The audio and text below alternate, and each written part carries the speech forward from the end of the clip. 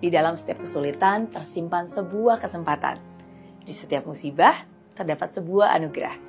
Batu besar yang awalnya terlihat seperti kendala yang harus dihadapi, ternyata itu adalah sebuah anugerah yang nantinya kamu syukuri. Mungkin kamu bertanya, bagaimana mungkin bisa bersyukur saat menghadapi kesulitan? Bagaimana mungkin sebuah tantangan bisa menjadi kesempatan? Sebenarnya semua itu tergantung dari tindakan yang kamu tunjukkan. Kalau seumur hidup kamu selalu mengabaikan, ya hal itu nggak akan pernah bisa berubah menjadi sebuah anugerah. Kalau kamu hanya komplain dan marah-marah, tentu saja kondisi tidak akan pernah berubah.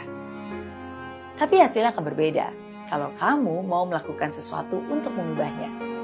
Lakukan apa yang kamu bisa dengan apa yang kamu punya saat ini juga.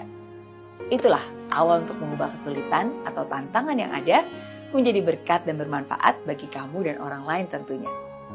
Dan ingat, selalu ada hadiah menanti untuk kamu yang berusaha sepenuh hati.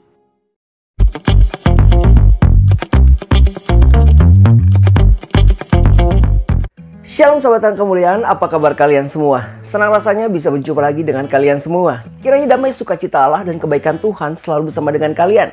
Diberikan umur yang panjang, diberikan kesehatan yang sempurna, dan juga tentunya diberikan rezeki yang berlimpah, dijauhkan dari segala sakit, penyakit, dan mara bahaya. Pada kesempatan kali ini, di video kali ini kembali lagi kita kembali ke episode ilmu belajar keuangan berdasarkan Alkitab. Nah, tadi di awal video kita sudah menonton ya cuplikan dari sang motivator yaitu Mary Riana. Bagaimana kita bersyukur atas apa yang kita miliki di dalam setiap kesulitan kita. Nah, di sini kita belajar ada bersyukur ya. Hal bersyukur ini adalah bagian yang juga Alkitab ajarkan kepada kita semua, dan ini adalah suatu ilmu juga yang berkaitan dengan ilmu keuangan tentunya.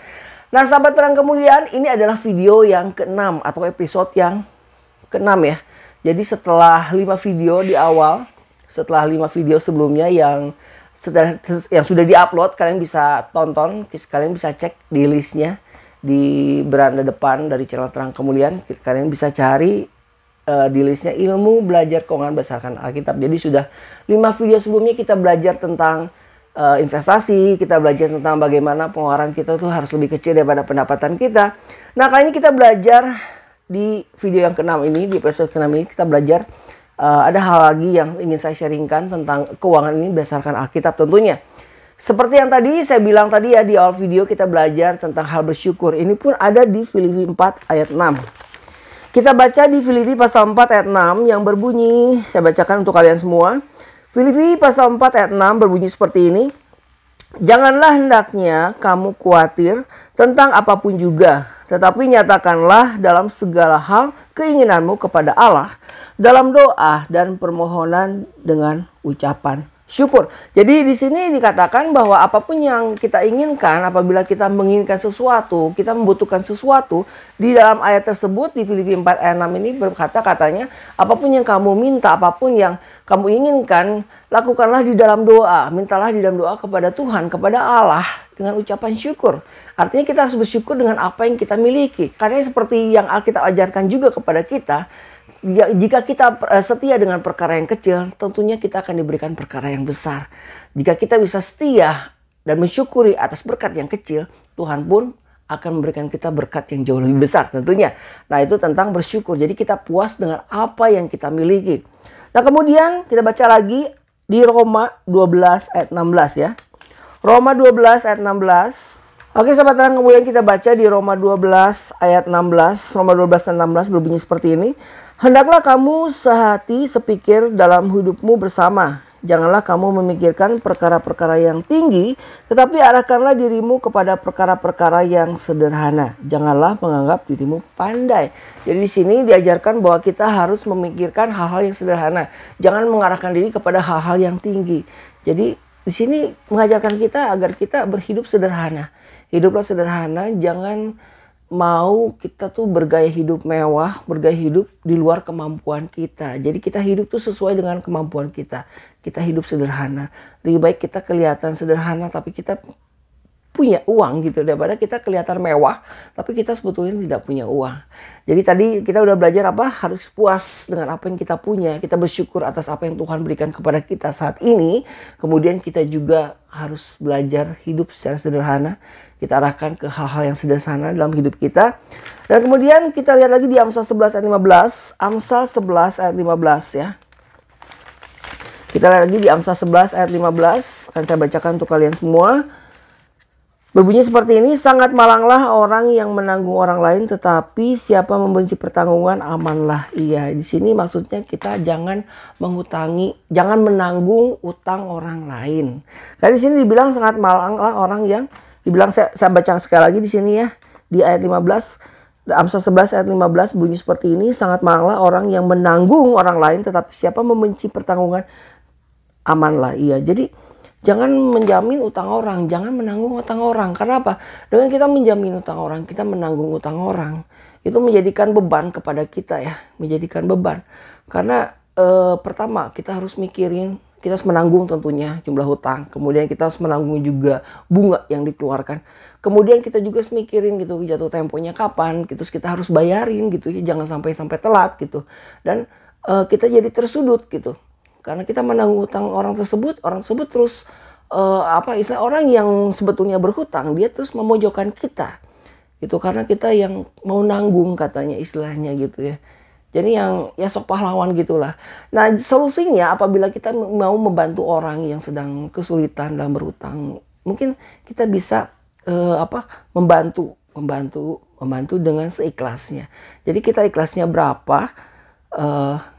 Jangan sampai kita mau menanggung utang orang tapi kita masih berkerutus gitu. Kita masih bersungut-sungut gitu. Kita nggak rela, kita nggak ikhlas gitu. Jadi kalau misalkan kita jumlah total utangnya berapa? Kalau misalkan jumlah totalnya berapa? Misalkan 100 juta. Kalau misalkan kita emang nggak ikhlas tapi kita ingin membantu, ya bantulah yang seikhlasnya. Kita bisa bantunya berapa? 30% kah? 20% kah? 50% kah? Tapi kalau misalkan memang kita bisanya atau mampunya kita membantu full 100%, itu puji Tuhan. Itu ya, berarti kita menjadi berkat untuk orang. Tapi jangan sampai kita membantu orang, kita menanggung utang orang, tapi ujung-ujung kita bersungut-sungut. Nah itu yang gak betul gitu ya. Jadi daripada kita menanggung utang orang dan mengakibatkan kesakitan, beban, dan bersungut-sungut, lebih baik kita membantu orang dengan seikhlasnya. Kita berikan aja dan lupakan gitu. Berikan apa yang bisa kita berikan, semampu kita tentunya, dan lupakan. Dan itu tentunya akan menjadi kelegaan untuk kita, menjadi berkat juga untuk kita, menjadi berkat untuk orang yang dibantu, dan juga kita nggak punya pikiran macam-macam, kita nggak ada beban gitu yang tersimpan di hati, dan kita nggak bersungut-sungut. Jadi bantulah sesuai dengan apa yang kita mampu, sesuai dengan kemampuan kita, begitu. Tapi kalau misalkan kita mampu untuk membantu melunasi semuanya, ya syukur. Gitu ya. Nah, oke, kemudian yang terakhir di sini kita baca di Amsal 13 ayat 11. Amsal 13 ayat 11 berbunyi seperti ini nih.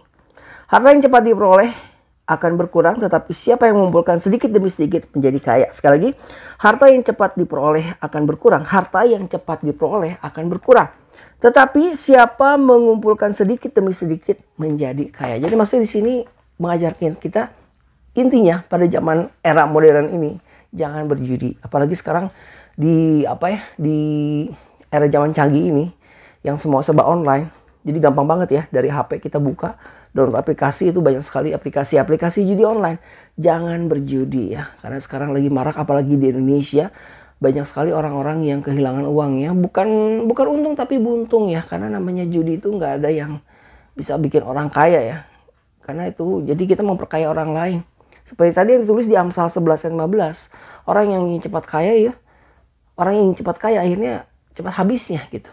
Karena lebih baik dipupuk sedikit demi sedikit, yaitu melalui kerja keras gitu. Apakah kita melalui pekerjaan kita, apakah melalui usaha kita, dagang kita, seperti itu. Jadi jangan melalui hal-hal yang bisa merugikan lah di ujungnya. Seperti judi, selain pertama itu ada dosa, dan kedua itu merugikan kita semua. Nah sahabat teman-teman, jadi di episode kali ini, di video kali ini kita belajar ya apa saja tadi. Pertama kita belajar 4 hal ya. Di video ini kita belajar 4 hal. Yang pertama adalah kita harus puas dengan apa yang kita miliki. Bersyukur atas apa yang kita punya. Kemudian yang kedua adalah hidup sederhana, belajar untuk hidup sederhana. Kita arahkan kepada hal-hal yang sederhana dalam kehidupan kita.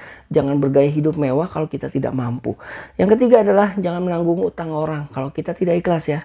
Jangan menanggung utang orang lain apabila kita tidak ikhlas. Jadi berikanlah apa yang kita ikhlaskan, berikanlah semampu kita. Dan keempat adalah jangan berjudi tentunya. Kiranya apa yang saya sharingkan tentang ilmu belajar berdasarkan Alkitab di video kali ini bisa bermanfaat untuk kalian semua. Dan kalau misalkan kalian suka dengan videonya, silahkan like videonya dan share juga videonya. Sampai di sini video kita kali ini, dan nanti akan ada satu lagi episode ya, video terakhir nanti yang akan saya upload tentunya tentang belajar keuangan berdasarkan Alkitab. Nanti tunggu tanggal mainnya. Jadi terima kasih untuk kalian semua yang sudah mau belajar bersama-sama. Kiranya Tuhan berkati kita semua dan sesuai dengan apa yang kita usahakan, kita lakukan yang terbaik tentunya dengan seizin Tuhan, dan Tuhan pun akan memberkati kita ya, karena kita meminta kepada Tuhan, kita meminta rezeki, kita meminta kecukupan gitu, kita minta pertolongan Tuhan untuk membantu kita dalam setiap permasalahan kita di dunia ini, terutama dalam bidang ekonomi ya, agar kehidupan kita itu dijauhkan dari kekurangan, dijauhkan dari kemalangan, tapi kita bisa hidup dengan mapan, nyaman, dan cukuplah kita bisa hidup dengan baik gitu. Tentunya semua itu dengan izin Tuhan tentunya, dan kita harus berjalan tentunya di jalan Tuhan agar apa yang kita usahakan dapat berhasil. Karena apapun yang kita lakukan, manusia itu hanya bisa berencana dan Tuhanlah yang memutuskan. Dan terlebih lagi Tuhan selalu memberkati kita semua yang tentunya berusaha semaksimal mungkin. Karena tidak mungkin kita meminta kepada Tuhan tanpa melakukan sesuatu dengan hanya diam diri, karena Tuhan juga tidak mau ya kita minta tolong sama Tuhan. Tuhan tolong, Tuhan tolong, Tuhan berkati kami, Tuhan berkati keluarga kami, berikan kami rezeki, tapi kita tidak melakukan apa-apa gitu kan. So what gitu loh. Tuhan kan nggak mau orang-orang seperti itu ya kan. Seperti di video yang sebelumnya yang setelah kita bahas, jangan jadi orang pemalas gitu ya. Baiklah sahabat terang kemuliaan, sampai di sini video kita kali ini, dan kita akan ketemu lagi tentunya di video berikutnya. Dan saya berdoa untuk kalian semua, kiranya kebaikan Tuhan selalu bersama dengan kalian, diberikan umur yang panjang, diberikan kesehatan sempurna, dan juga tentunya diberikan rezeki yang berlimpah, dijauhkan dari segala sakit, penyakit, dan mara bahaya. Kita bertemu lagi dengan kesempatan. Tuhan Yesus memberkati.